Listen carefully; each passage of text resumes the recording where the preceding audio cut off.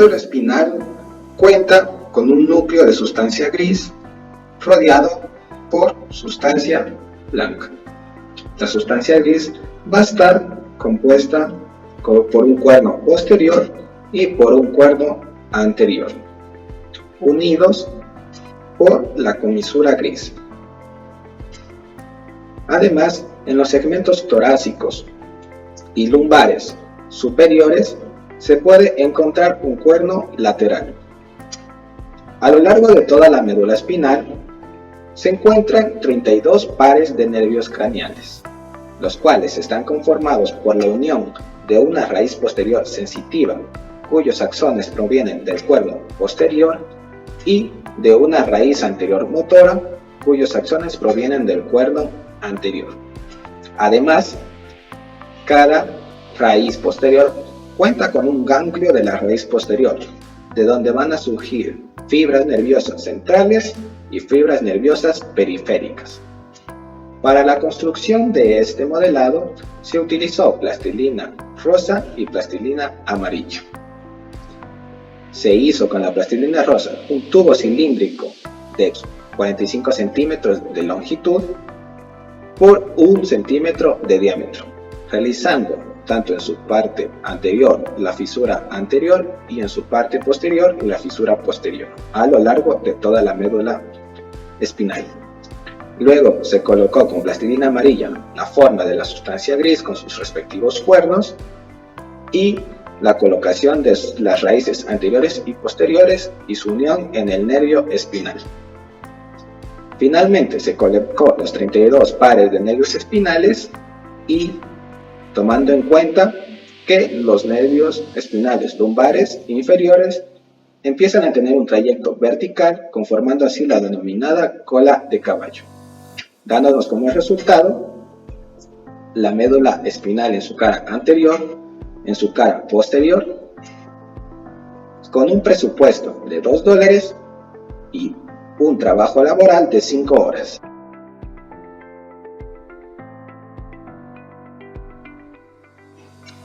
El tronco encefálico es una estructura conformada por la médula oblongada, el puente y el mesencéfalo. La médula oblongada conecta el puente por encima con la médula espinal por abajo y en su superficie anterior se encuentra la fisura media anterior. A los lados existen dos agrandamientos denominados pirámides. Las pirámides se afinan en dirección inferior y se decrusan en la decruzación de las pirámides. En posición posterolateral, con respecto a las pirámides están las olivas, que son elevaciones ovales producidas por el núcleo olivar inferior. En el surco de la pirámide de oliva emergen las raíces de los nervios hipoglosos, y detrás de las olivas están los pedúnculos cerebelosos inferiores. El conducto central o ependimario de la médula espinal se continúa hacia arriba en la mitad inferior del bulbo, y en la mitad superior del bulbo se expande como la cavidad del cuarto ventrículo, formando así la superficie posterior de la mitad superior de la médula oblongada, la parte inferior del piso del cuarto ventrículo.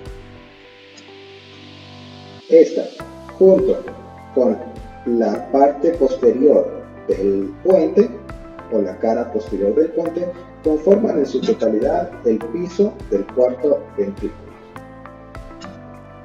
El puente protuberancia se encuentra por delante del cerebelo y conecta la médula oblongada con el mesencéfalo. Una hendidura superficial de la línea media se conoce como surco basilar y alberga la arteria basilar. Además, sobre la superficie anterolateral emerge el nervio trigémino a cada lado. Las fibras transversales convergen a cada lado para formar el pedúnculo cerebeloso medio. La superficie posterior del puente forma la mitad superior del piso del cuarto ventrículo y tiene forma triangular. Está limitada lateralmente por los pedúnculos cerebelosos superiores y dividida en dos mitades por el surco medio. Por fuera de este surco existe la eminencia media que limita lateralmente con el surco limitante.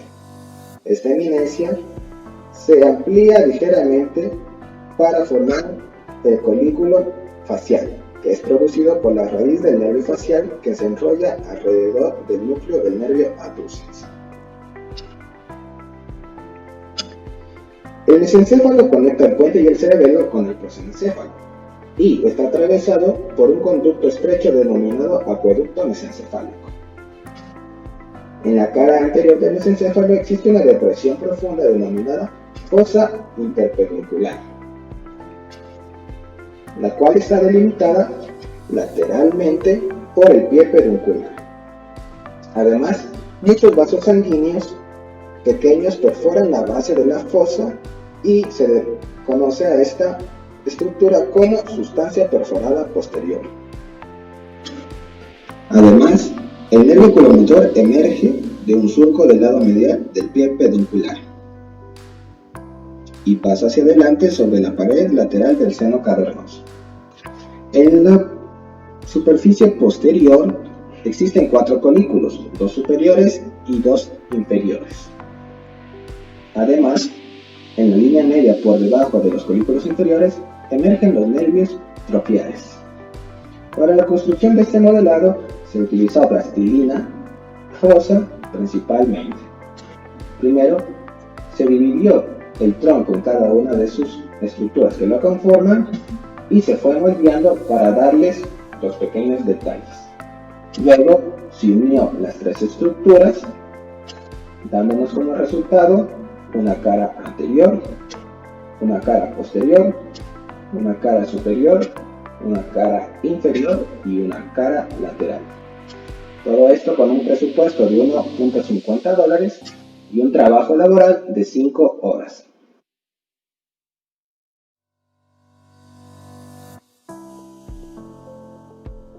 El cerebelo está ubicado en la fosa craneal posterior y se encuentra cubierto en la parte superior por la tienda del cerebelo. El cerebelo cuenta con 2 hemisferios unidos medialmente por un vermis. Además, en su cara anterior cuenta con 3 pedúnculos: el pedúnculo cerebeloso superior, que lo une al mesencéfalo, los pedúnculos cerebelosos medios, que lo unen al puente, y los pedúnculos cerebelosos inferiores, que lo unen a la médula oblongada. Además, lateralmente se encuentran 2 lóculos y medialmente se encuentra un nódulo. Asimismo, en su cara inferior se pueden localizar las amígdalas. Además, su cara anterior, en conjunto con los pedúnculos cerebelosos, ayudan a formar el límite del techo del cuarto ventrículo. Para la construcción de este modelado se usó plastilina café. Se fue haciendo una masa entera de plastilina café y luego adoptando los detalles respectivos de concavidad en su cara superior y convexidad en su cara inferior, dándole también los detalles a la cara anterior para denominar los flóculos, el nódulo, sus respectivos pedúnculos y las amígdalas. Todo con un costo de $1.50 y un trabajo laboral de 2 horas.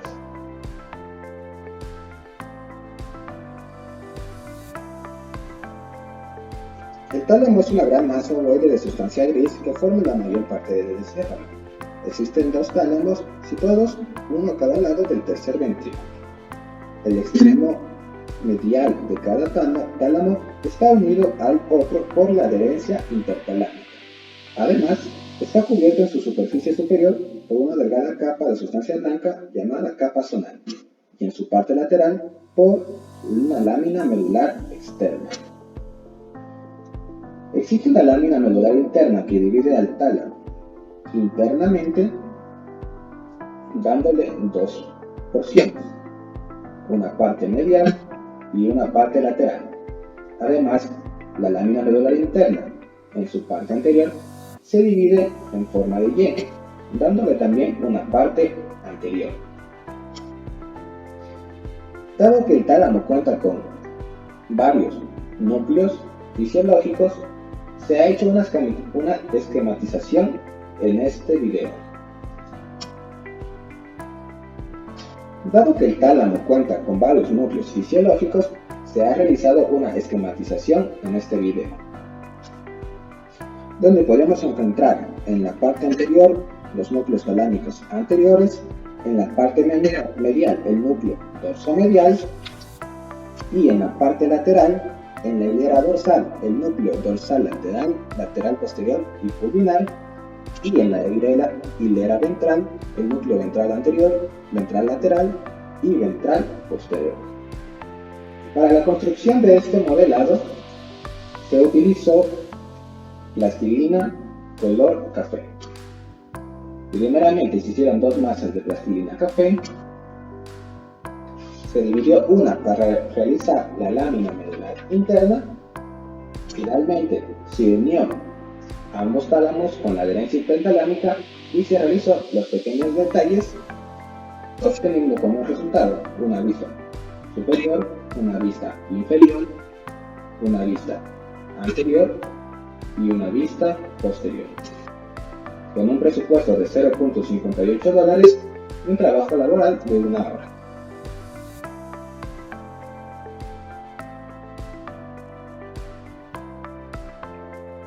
El sistema límbico es una estructura implicada junto a otras en el control de la emoción, la conducta y los impulsos, y también es un centro importante para la memoria. Este está conformado por el giro subcalloso, el giro del cíngulo y el giro del parahipocampo, la formación del hipocampo, el complejo amigdalino, los cuerpos mamilares y el núcleo anterior del tálamo. Además, cuenta con la fimbria, el fornix, el fascículo mamilotalámico y la estría terminal, los cuales son vías que conectan todo este sistema. Unido a la parte medial del hemisferio cerebral, se vería de la siguiente manera. Para la construcción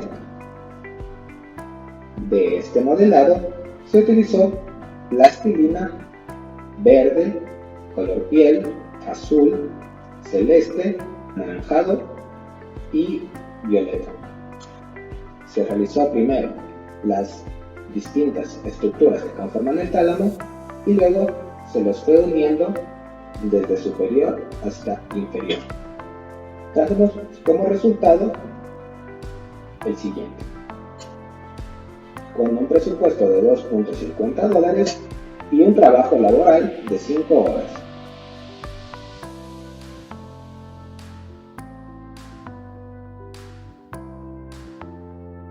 Los hemisferios cerebrales ocupan la mayor parte del encéfalo y están separados entre sí por un surco sagital longitudinal o surco longitudinal cerebral. El surco o fisura contiene además un pliegue de la dura madre con forma de hoz, denominada hoz del cerebro, que se verá en la parte de este video denominado meninges. En la zona profunda del surco existe una gran comisura denominada cuerpo calloso, que conecta los hemisferios entre sí a cada lado. Para aumentar el máximo alargue de la corteza cerebral, la superficie de cada hemisferio forma giros y circunvoluciones o pliegues, que están separados unos de otros por surcos o fisuras. Para una descripción habitual del hemisferio cerebral, se separa en diferentes lóbulos. El surco central separa el lóbulo frontal del lóbulo parietal. El surco parieto-occipital separa el lóbulo parietal del lóbulo occipital. El surco lateral separa el lóbulo frontal del lóbulo temporal y el lóbulo parietal del lóbulo temporal. Y el surco calcarino separa medialmente el lóbulo parietal del lóbulo occipital. Para la construcción de este modelado se usó netamente plastilina de color rosa. Se dividió en diferentes barras de plastilina y se realizó primeramente un modelado de la cara media del hemisferio, aproximadamente de un grosor de medio centímetro. Luego se colocó paredes con un grosor de medio centímetro y un alto de 6.5 centímetros. Además, se fue rellenando enteramente hasta darle la forma de una cavidad al hemisferio cerebral y se lo selló con un techo que conformaría la porción o la cara lateral del hemisferio. Luego, con ayuda de cualquier herramienta a la mano, se realizan los respectivos surcos en las caras del hemisferio, tanto en su cara lateral como en su cara mediana, dándonos como resultado el siguiente modelado en su cara lateral, su cara mediana, su cara anterior, su cara posterior, su cara superior y su cara inferior. Todo con un presupuesto de $10 y un trabajo laboral de 10 horas.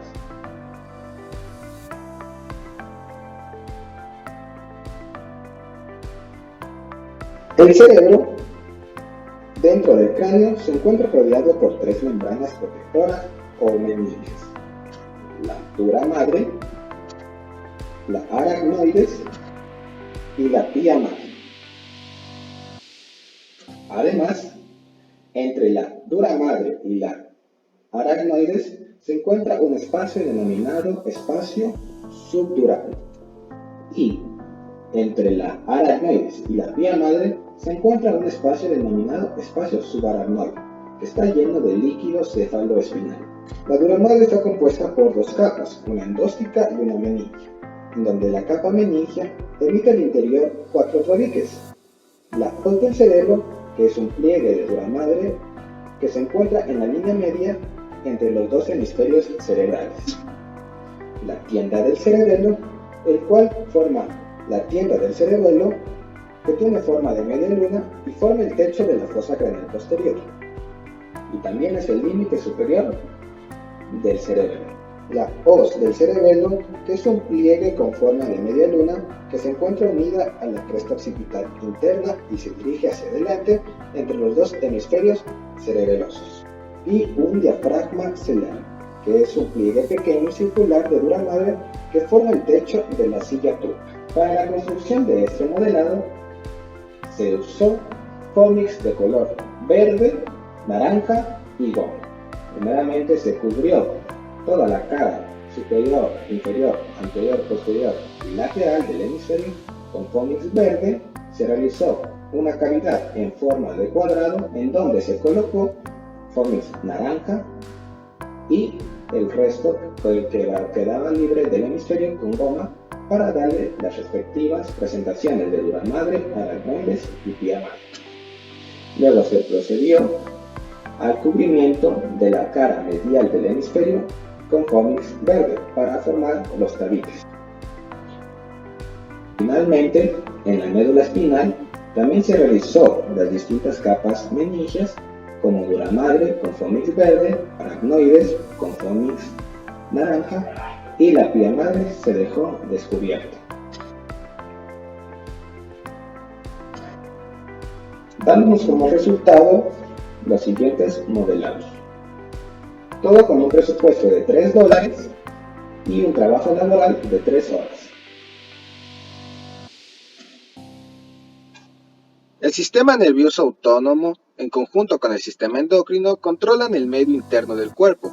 El sistema nervioso autónomo es el que permite el control preciso y fino de las funciones de muchos órganos y tejidos, incluidos el músculo cardíaco, el músculo liso y las glándulas exócrinas. Este está compuesto por 2 partes, una parte simpática y una parte parasimpática. En la parte simpática vamos a encontrar 3 principales ganglios: el ganglio celíaco, el ganglio renal y el ganglio mesentérico, los cuales van a ser el sitio de unión axónica del nervio esplácnico mayor, esplácnico menor y esplácnico inferior respectivamente. En la porción parasimpática encontraremos el nervio esplánico pélvico. Principalmente, la función simpática se encarga de preparar al cuerpo para la huida y para la adrenalina. En cambio, que la función parasimpática se encarga de mantener al cuerpo en reposo sin ningún peligro. Para la construcción de este modelado únicamente se requirió de Foamix amarillo. Primero se cortaron tiras de Foamix para simular el tronco simpático y al final se los unió con el ganglio impar. Luego se fue haciendo con Foamix enrollados alrededor de las tiras previamente hechas los respectivos ganglios, tomando en cuenta la numeración de cada porción de los ganglios del cuello, los ganglios de la región torácica, lumbar y sacra. Así se fue haciendo en ambas cadenas hasta terminar toda nuestra cadena ganglionar del tronco simpático. Todo esto con un costo de $3 y un proceso laboral que duró 3 horas. Irrigación del encéfalo y la médula espinal. El encéfalo está irrigado por las 2 arterias carótidas internas y por las 2 arterias vertebrales. Las 4 arterias se anastomosan en el espacio subaracnoideo en la superficie inferior del encéfalo para formar el círculo arterial cerebral o polígono de Willis, el cual está conformado por la arteria cerebral anterior, la arteria cerebral media y la arteria cerebral posterior. Estas, respectivamente, se comunican por la arteria comunicante anterior y la arteria comunicante posterior. De la arteria carótida interna van a surgir la arteria cerebral anterior y la arteria cerebral media, mientras que de las arterias vertebrales surgirá la arteria basilar y, posteriormente, la arteria cerebral posterior. Además, de la arteria basilar surgirán ramas continuas que irrigarán el puente y también ramas para el cerebelo. Para la construcción de este modelado se requirió únicamente de plastilina color rojo. Primero se realizaron cilindros finos para simular las arterias y se fue colocando respectivamente en cada surco del encéfalo. Luego se realizaron los pequeños detalles con las pequeñas anastomosis y las pequeñas arterias que surgen de las arterias principales. Para el polígono de Willis se les realizaron las respectivas arterias vertebrales, basilares, carótidas internas, arterias cerebrales y arterias comunicantes.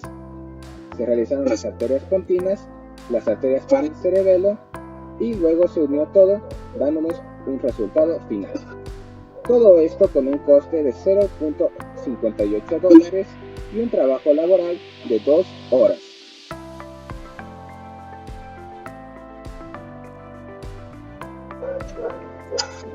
Existen 12 pares de nervios craneales que salen del cerebro y pasan a través de forámenes y fisuras en el cráneo.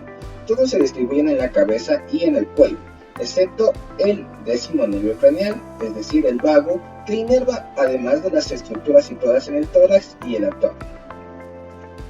El primer nervio craneal es el nervio olfatorio. Los nervios olfatorios surgen de las células nerviosas receptoras olfatorias situadas en la membrana mucosa olfatoria. De aquí, sus prolongaciones axónicas dirigirán la información hacia el bulbo olfatorio para posteriormente dirigirse al tracto olfatorio y, posteriormente, a la corteza olfatoria primaria, principalmente, y a la corteza olfatoria secundaria. El primer par craneal es el nervio olfatorio.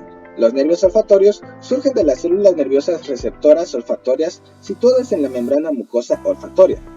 De aquí se dirigirán los axones con la información hacia el bulbo olfatorio, para posteriormente dirigirse al tracto olfatorio y posteriormente a la corteza olfatoria primaria principalmente y a la corteza olfatoria secundaria para el procesamiento de la información.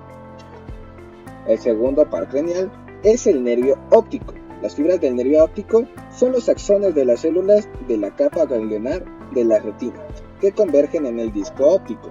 La información pasa a través de los nervios ópticos para dirigirse hacia el quiasma óptico, donde habrá un entrelazamiento de ambos globos oculares para dirigirse posteriormente al tracto óptico.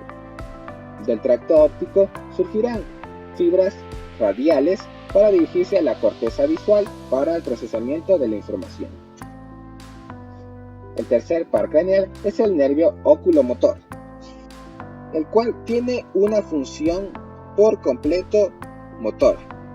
Además, cuenta con dos núcleos de tipo motor, el núcleo motor principal y el núcleo parasimpático accesorio. El cuarto par craneal es el nervio troclear, el cual tiene una función por completo igual motora.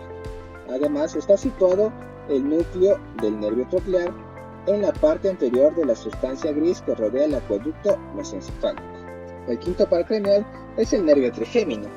Es el nervio craneal más grande y contiene fibras tanto sensitivas como motoras. Es el nervio sensitivo de la mayor parte de la cabeza y el nervio motor de varios músculos, incluidos los de la masticación. El sexto par craneal es el nervio motor ocular externo o nervio abducens. Es un pequeño nervio motor que inerva el músculo recto lateral del globo ocular. El séptimo par craneal es el nervio facial, el cual es tanto motor como sensitivo. Tiene tres núcleos: el núcleo motor principal, los dos núcleos parasimpáticos y el núcleo sensitivo. El séptimo par craneal es el nervio vestibulococlear. Este nervio consta de dos partes distintas, el nervio vestibular y el nervio coclear, que están relacionados con la transmisión de información aferente desde el oído interno hasta el sistema nervioso central. El nervio vestibular conduce los impulsos nerviosos desde el utrículo y el sáculo que proporcionan información respecto a la posición de la cabeza. El nervio transporta además impulsos de los conductos semicirculares que ofrecen información sobre los movimientos cefálicos. En cambio, el nervio coclear transporta impulsos nerviosos relacionados con el sonido desde el órgano de Corti hasta la cóclea. Las fibras del nervio coclear son las prolongaciones centrales de las células nerviosas localizadas en el ganglio espiral de la cóclea.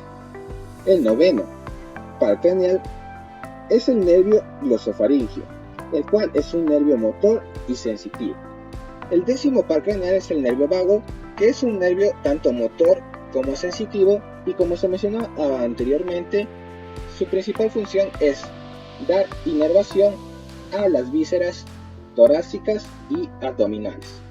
El onceavo nervio craneal es el nervio accesorio o espinal, el cual es un nervio motor formado por la unión de una parte craneal y una raíz espinal.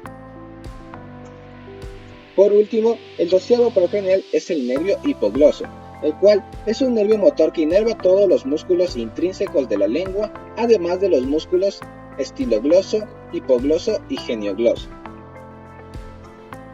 Para la construcción de este modelado se utilizó netamente plastilina amarilla.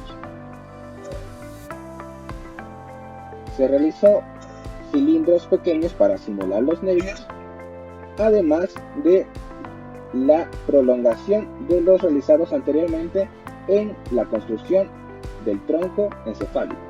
Se realizó el quiasma óptico y los respectivos nervios ópticos, además de la prolongación del nervio vestibulococlear. Finalmente, se unió todos los modelados hechos anteriormente para obtener uno solo, dando como resultado el siguiente.